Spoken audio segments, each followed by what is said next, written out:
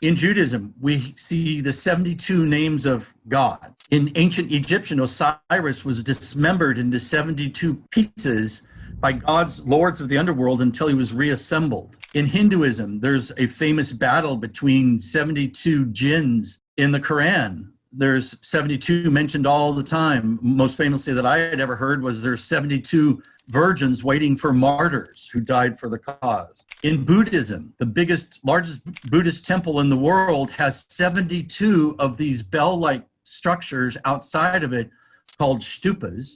We're following a breadcrumb path of coincidence, and what could these coincidences be guiding us to? Why are there 360 degrees in a circle? Somebody had to have picked that at some point in our history. And I have hosted out at the Integratron these talks and lectures, and I've had mathematicians and architects and people that use geometry in their algorithms and their research all the time. And of course, everyone is familiar with a circle having 360 degrees, but to date, no one has known why there's 360 degrees. A circle is 360 degrees because of a math system called sexagesimal math. We are more comfortable with the idea of decimal math because that's base 10 math. Most of the world is now following base 10 math on the metric system. Base 10 math makes sense to us because we have 10 fingers and 10 toes, and it's very easy to do math. We're thinking in terms of sixes or 60s. It doesn't seem so organic to us, but hopefully I'm going to show you that it actually is. But that's why a circle has 360 degrees, is it is a function of 6 triangles with a 360 degree laid over it, and each one of those triangles at its core touching the middle is 60 degrees. So 60 becomes, and that's what sexagesimal means, is base 60 math. Why do we measure time by 60? So even though we have to go back in time to find out where a 360 degree circle came from, we are using a lot of sexagesimal math today in our everyday lives. So we measure time by 60 seconds to a minute, 60 minutes to an hour. If you go around the world and travel, you're very likely to find different measuring systems, meters and miles and kilometers. But if you're a boat captain or a plane pilot, the world is divided into nautical miles, and 1 degree nautical mile is 1/60th. 1 degree of latitude equals 60 nautical miles, or break it down into 6 nautical mile increments. So our whole planet, we're measuring time, and we're measuring our planet officially by functions of 60. Sacred geometry is described as a function of circles, but if you really look at it in these little flower petals, just pick one of these flower petals for yourself, and you will see, well, you won't know this, but that arc that makes that flower petal is exactly 60 degrees. That's really important to sacred geometry, is that you get that arc correct of 60 degrees of arc. Buckminster Fuller is called one of the greatest researchers and minds of the 20th century. And he said 60 degree math, and he even coined his own term, he called synergetics, reveals nature's behaviors, both physically and metaphysically. And he went on to say, because society does not understand the significance of 60 degree geometry, we may conclude that society does not understand nature. I hope to guide you down a path where you are going to understand and recognize how significant 60 degree is, and so much of your life and your surroundings and the nature around you is based on 60 degree math. This is a form that Buckminster Fuller did not discover, but he did name the vector equilibrium. And he wrote 2 huge books about this shape alone, called Synergetics 1 and 2. And if you see that white center, it has 12 vectors radiating out of it. They're all exactly the same length, and they're all offset exactly the same from each other of 60 degrees. Buckminster Fuller came to believe that this is the matrix of creation, that this is the geometry. If physicists are right in telling us that our universe is geometric in nature somehow, Buckminster Fuller argued that this is that geometry, the vector equilibrium. So how did we get to the 60? How did humanity arrive at the 60? Well, that became a function of 12. If you take 12 and multiply it 5 times, is how you get 60. And this is a counting system that's still taught in India and other parts of the world to school children, but rather counting just each individual finger, you use one hand and your thumb becomes a pointer, and you have the pads or the knuckles of your 4 long fingers. So you have on the left 1, 2, 3, 4, 5, 6, 7, 8, 9, 10, 11, 12. You have 12 space holders on your long fingers of one hand. Once you reach that 12, you use your other hand, your right hand, to hold that position 5 times. So 12 times 1 is 12. And then when you get to 12 again on your left hand, you hold up your second finger. 12 plus 12 is 24. 24 plus 12 is 36. 36 plus 12 is 48. And 48 plus 12 is 60. Every 12 that you know of in your life, a dozen eggs, dozen donuts, 12 hours in a day, 12 saints, 12 disciples, 12 inches to a foot, came from this counting system. And all the 60s that we deal with on our daily basis, geometry of 360-degree circle, measuring time around us globally, measuring our planet the way scientists and boat captains and airplane pilots measure it, that 60 is all based on this counting system. So this becomes a major clue in our path of discovery. Where did this counting system come from? Well, we know. We know exactly where it came from and when. For most of the human story, life pre-6,000 years ago looked something like this: a hunter-gatherer existence. People were not farming, they were just going where there was food to eat. They had to go where there was fresh water to drink. They wore animal skins. They had very crude tools. Their shelter was very temporary and something they could transport. This is most life on the planet pre-6,000 years ago. But in one place, in one time on our planet, this showed up, a modern city. This is in Mesopotamia, in Samaria, and you're looking at multi-story buildings. You're looking at the world's first pyramidal structure called the ziggurat, the world's first sailboat, the world's first written language, the world's first wheeled and axled vehicle, loomed wheat fabric, pottery wheel, plow, arch, things we use today. And we're not talking about tweaking of technology. We're talking about the invention of technology, including the 1260 math system that we use today. Many books have been written about this moment in time in ancient Sumeria, saying civilization begins here. The modern human experience with written language, algebra, calculus, physics begins right here in this moment. And we can read their language. It's called cuneiform. There are libraries now that have cuneiform tablets. UCLA has roughly the equivalent of 12,000 of these small, like iPad tablets with this language that we broke the code of and can read. And we can read what they had to say. Where did you come up with all of this technology, language, and the math? They said, we did not. We were gifted this information by tall beings who came from the sky. Archaeologists want us to believe that these are just farmers celebrating the birth of agriculture, and they're carrying these little handbags. If you look at the far right guy or the far left guy, they're carrying these little pouches, and we have seen these tall, bearded beings holding these pouches at all these crazy sites around the world that confound us as how they were built, and yet we see these types of beings with these little bags. And our planet does some very specific things that would be observable from a distance. It has a spin rate, it's very specific. It has an orbit rate, 365 days a year. A day is one spin. 365 of those spins creates an orbit. But our planet does one other thing: it wobbles. These are non-arbitrary things. These are mechanical things that our planet does. Spins at a certain rate, orbits at a certain rate, and wobbles at a certain rate. Well, that wobble is the biggest gear. Imagine all those things as gears. Our spin rate of a day is a very small gear.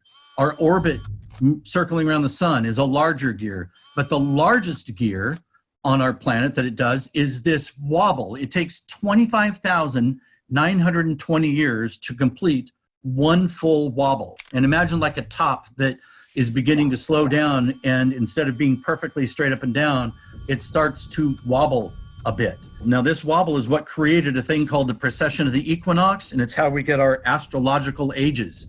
But that 25920 becomes a very significant number. So let's take that number, 25920. That is a real non-arbitrary number, but now let's start using the sky visitor Sumerian math that was taught to us to count on our fingers. 25920 divided by Sumerian math incredibly equals Sumerian geometry if the circle is 360 degrees. This slide right here is the one that has physicists and mathematicians and professors totally scratching their head, because now you're talking about something that, while you might still want to argue it as arbitrary, it starts leaning into non-arbitrary because of how well it cross-checks itself. So the non-arbitrary wobble divided by Sumerian math equals Sumerian geometry. The first one, 2160, that's the sum total of a cube. 25920 divided by the second placeholder in your finger is 1080, an octagon. 25920 divided by 36 is 720. That's the sum total of a hexagon. 25920 divided by 48 is 540, the sum total of a pentagon. And then 25920 divided by 60 is 432, the mysterious number that Joseph Campbell found all over the world in these mythologies and temples and religious teachings. There's other crazy things here. Where did the second come from? How did we get the formula for a second? Well, we take 12 hours of day times 60 seconds times 60 minutes. Look at the number that it produces, 432, with 2 zeros behind it. 12 hours of night and times 60 seconds times 60 minutes, again, 43,200 seconds of night. Total seconds in a day, that was gifted to us, that formula, by these Sumerians, 86,400. Well, if we use Sumerian miles, remember, not metrics, but miles, royal units, our sun's diameter in miles is a function of 864 with a bunch of zeros behind it, 864,000 miles across. Incredibly, our moon is exactly half of 432, 216 with 1 zero behind it. The moon's diameter in miles, Sumerian measuring system, is 2,160. This is where it gets really crazy. 432 times itself squared is 186,282 Sumerian miles per Sumerian seconds. The actual speed of light in miles per second is 186,624. That is a miscalculation rate almost unnoticeable, 0.001. If you square 431, you're nowhere in the neighborhood. If you square 433, you're nowhere in the neighborhood. You square 432 and you are virtually exactly the speed of light according to the measuring systems that were gifted to humanity by these so-called sky visitors 6,000 years ago. So the question we start asking ourselves is like, wow, here's a bunch of correlated information, coincidence off the chart. Is there a message that's trying to be conveyed? There absolutely is.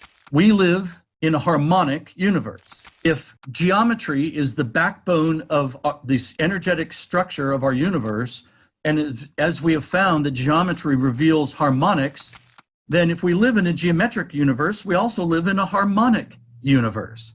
And here's 3 harmonic triads that are perfect. They all go la, la, la, most beautiful forms of music. In fact, you could almost think we have been programmed to recognize these tones played together as a clue that we're receiving information that is correct or makes us feel good. Let's look at nature. Let's look at the geometry of nature. Here's a shell. This pattern is called a Fibonacci spiral. This Fibonacci spiral is expressed all over the place in nature around us. It spins forward, it spins backwards, and then if it spins against itself, both forwards and backwards, you create a pattern called the pineal pattern. In pineal, the words pine cone and pineapple and pine tree, and you have a pineal gland in your brain, all has this exact pattern, and that is a Fibonacci spiral going one way against a Fibonacci spiral counter-rotating against it. It is virtually the architecture of most of life as we know of on this planet. Here's the same thing, spiral. Our galaxy, our Milky Way galaxy is a Fibonacci spiral rather than very small, very large. So what if we took the mathematics of the Fibonacci spiral and applied frequency to those mathematic numbers? It would be very easy to do. Let's take the Fibonacci spiral that is all in nature, all the way out to galaxy size, and let's apply numbers to it. You start with a number. It doesn't matter what number you start with, but if you start here at you see the 144 down in the bottom right, that's just picking an arbitrary number. Like that's a signature frequency of a plant. And out of the moment that plant is birthed out of that right corner of that right-hand 144, 0 plus 144 is 144 again. 144 plus 144 is 288. 144 plus 288 is 432. 288 plus 432 is 720, and on into infinity. Well, if we play those tones, those mathematical placeholders as frequencies, incredibly, we're right back to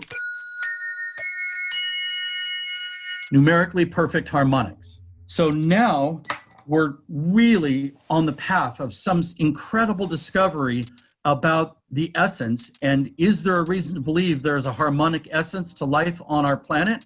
Absolutely, because we take the first steps of growth of a Fibonacci spiral that launches everything from small spirals to big. The first 6 steps will reveal that exact same harmonically perfect triad. So here's a document written 6,000 years ago. It's the Sumerian Kings List. So this is written in cuneiform 6,000 years ago. It is writing about these kings, these rulers that lived in the region for tens of thousands of years each before a great flood consumed the planet. What I found interesting is the first 3 kings lived for 288, 360, and 432 with zeros behind it. Literally encoded in this King's List, one of the most famous pieces of cuneiform on our planet that we have ever decoded, and the first 3 kings, the Holy Trinity, is the same harmonic numbers. And it's a different chord. It's 288, 360, 432. But the same mathematically perfect intervals between them. This is another incredible moment of realization that we have been actually gifted in hard copies, not just in stories, but in hard copies that lasted for 6,000 years, codes and keys that will get us back to these numerically perfect harmonics. Let's look at these sky visitors on this mural. This is a mural that has been shaved off of a wall in Sumeria. But let's look at these, what archaeologists tell us are farmers, you know, with their little seed bags and standing by a plant, and that's the sun overhead. Up in the upper left of the slide, and the upper right, look at these 2 guys holding these pine cones, as archaeologists want us to believe. Well, 6,000 years ago, Sumeria was a desert then, as it is now. There was no pine cones, but let's look really close at what he's holding. He's not holding a pine cone. He's holding the same thing that's in the Vatican, right? Dead center in the middle of the Vatican, looks like a pine cone. We see this pine cone atop the twin snakes, the caduceus, activating a pine cone. So what is it? That pine cone is our pineal gland. They are holding that pineal gland actually up against the head of the humanoid form in front of them, as if this machine is somehow doing something to these pine cones. Again, giving us a very visual clue of what might be happening. So the supposition is all this information, what could it be leading us to? The tone set and this awareness of geometry might be activating our pineal gland that's inside of every brain. Every mammal has a pineal gland, and it could be the basis for instinct in some mammals. It could be the basis for migration in some animals. But in humans, philosophers from Rene Descartes to modern artists like Alex Gray, who painted this, would say, no, the pineal gland is our antenna that is receiving information from the universe as to who and what we really are. And we've either been ignored or it has been switched off. And we are in the process, these last 6,000 years, of trying to switch it on through the codes and the keys and the geometric riddles that were gifted to us. What happens when our pineal gland is activated? We become aware, we become conscious. And a symbol of consciousness in many cultures is the lotus flower. Another code or clue, perhaps, we've seen the lotus flower as a representation of awakening and enlightenment. Well, here's cymatics. Here's a scientific study of holding in a fluid, or you can even do it with loose grains of sand or powder, apply frequency to it, and you will get standing waveforms, and then you can take a picture of it and see this incredible geometry behind it. Well, I went to a cymatics lab, and I played the 3 tones of the Sumerian Kings list and the frequency tones of sacred geometry. We played both. Look what they revealed. That is a still shot of the patterning that came through when we played the 288, 360, 432. The researchers that had been doing research with cymatics for years had never seen something like this. It is like 3D. It looks like a lotus flower. You can see petals hiding behind other petals deeper you go. They're like, this is incredible. And no one has seen something like this in cymatics research before. So here's another coincidental reason to believe that all of this imagery showing pineal patterning or the lotus flower with these frequency sets that were gifted to us is actually doing something like activating our pineal gland and allowing us to see this lotus of awareness. My theory became that we might be living in a giant Earth-sized escape room. And if you're not familiar with what an escape room is, it's a form of entertainment. You go to a real location, you get locked into it with either yourself or a team, and clues are inside the escape room, but you don't even know what the clues are. You have to start researching things. So you'll see a clock, you see it says 4438. You might look for those numbers exposed somewhere else, but it's encoded with things that if you figure out all the clues and employ them correctly, solve the puzzles, you get to escape. It's like they were cheat codes provided to you in advance by the builders of the escape room to allow you to up level to the next level. And what I think we could be living in what many astrophysicists believe in, we're living in a holographic existence, and that we might have been getting numerical keys and codes and clues that will allow us to break through to the next level.